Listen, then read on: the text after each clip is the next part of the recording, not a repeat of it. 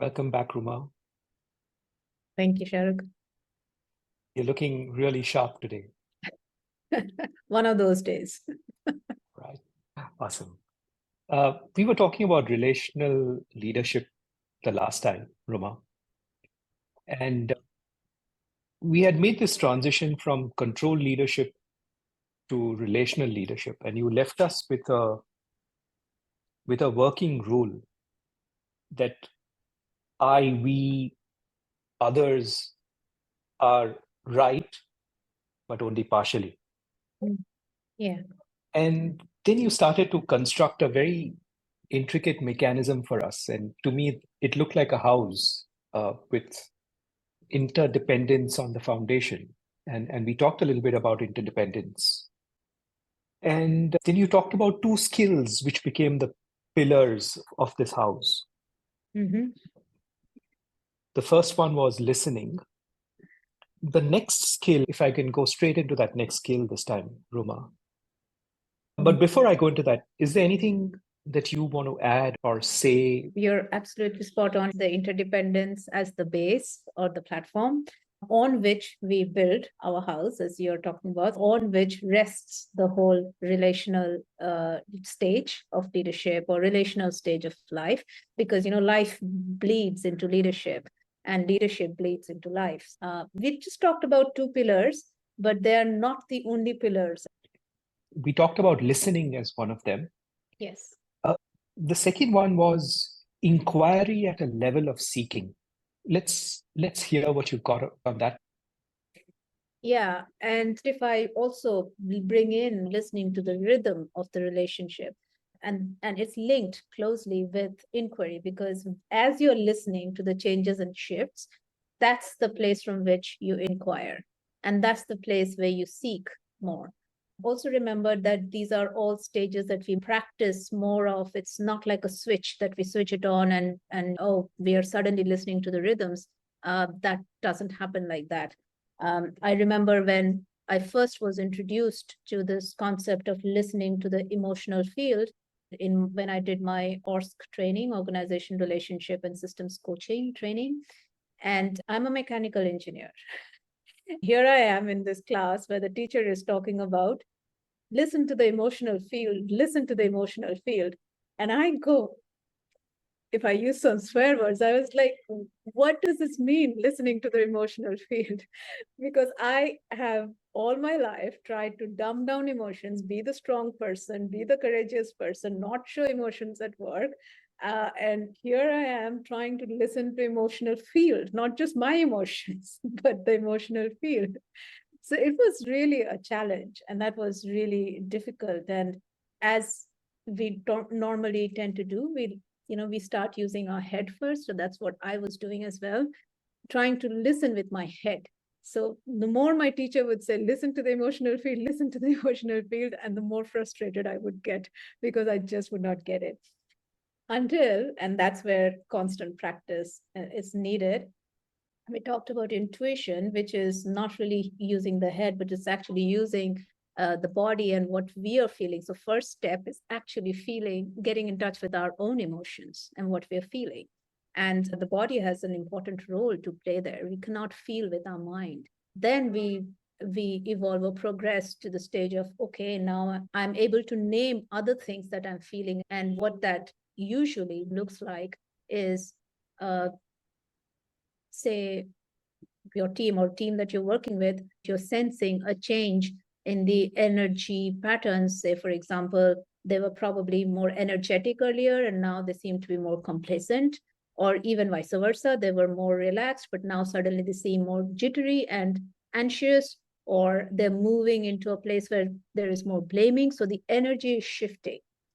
And when the energy is shifting, what we are typically listening for is what is trying to die or what is trying to emerge. If the energy is slowing down, something is dying. And what is dying and what do we need to put to rest? So this is what I mean by listening to the rhythms. And that is where, did you see how the inquiry also comes in? So the inquiry is what is needed to be put to rest, or the rhythm is changing and you see there is a heightened sense of energy. then something is trying to emerge. The heightened sense of energy could also be conflicts, maybe simmering conflicts, maybe overt conflicts, but then something is trying to emerge. And the inquiry there is, well, what is trying to emerge? What can I look for? So they're both closely linked. As I'm listening to you, Roma, I think I understand now why you're calling it a skill. Mm-hmm. Because it's something that needs to be learned. Yes. When we're using the words listening and inquiry, we are not using them in the traditional way that we would interpret listening and inquiry. Yes. And it's really interesting that you said we're trying to listen to the energetic field around us or the movement that is taking place, Yes. not only within us, but across us. And it's a completely new skill. Yes. Also with the inquiry part, it's just not a question of how are you doing. I'm suspecting that there is something more to that skill when you're leaning in. Mm. What is the kind of inquiry that flesh out inquiry for me? Okay.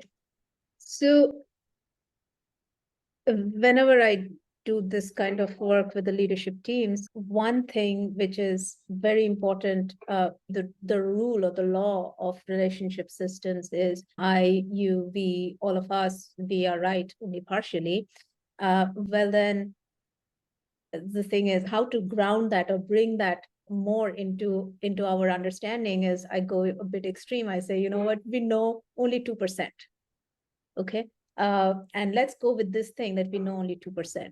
So then there's this 98% that we have to uncover. But then if this 2% does not work for you, you are somebody who feels that you know, and knowing everything gives you a sense of control. So if you're that kind of person, that's also fine. Know that there is still 2% that you don't know. So you can flip it either ways. And then this whole inquiry is to seek that 2%. So say, suppose you listen to me in this conversation, and then you're going through all the information, all the knowledge that you know, and you're like, I already knew these. Yeah. And so I would ask you, well, if you were seeking the 2% that you did not know, what would that be? Then you would really go deeper, and then you would probably tell me, yeah, what I probably did not know is how I felt about this or how I feel about this. So you see how just seeking this 2% is not about I know what I'm hearing, but that element of still seeking that 2%. So I get the fact that it's also learning to give away control, because telling people, hey, I know all of this, is exerting control over the conversation, right? So you're letting go of that control.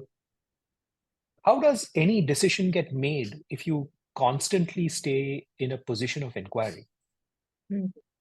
So look, as a leader, you are the one making the decision. Yes. When you are searching or looking for that just 2%, that gives an element, a richness to the decision you're about to make.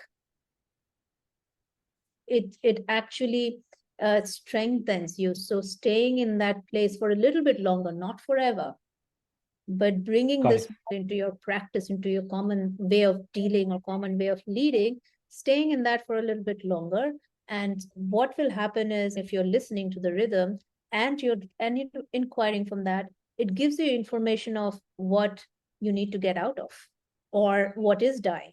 And if you inquire around that, there is so much of richness in, or it helps you make decisions that is in tune with what's happening rather than just a decision based on data, which can be totally out of tune and can really create more challenges than ease the process. Got it, Ruma. What else needs to be said about the skill of inquiry? As I've been saying, these are all areas and places where we mature into. And the more we are listening to the rhythms, the quality of our inquiry changes. So do not be afraid of stumbling through as I stumbled through, not being able to read the emotional field. And yes, I've never got it right initially, but that practice of building muscle changed my inquiry and how I inquire around things, how I'm looking for things that that I sense. Yes, we will always try to exert control because that's our default. And this is why it takes practice and more maturing into.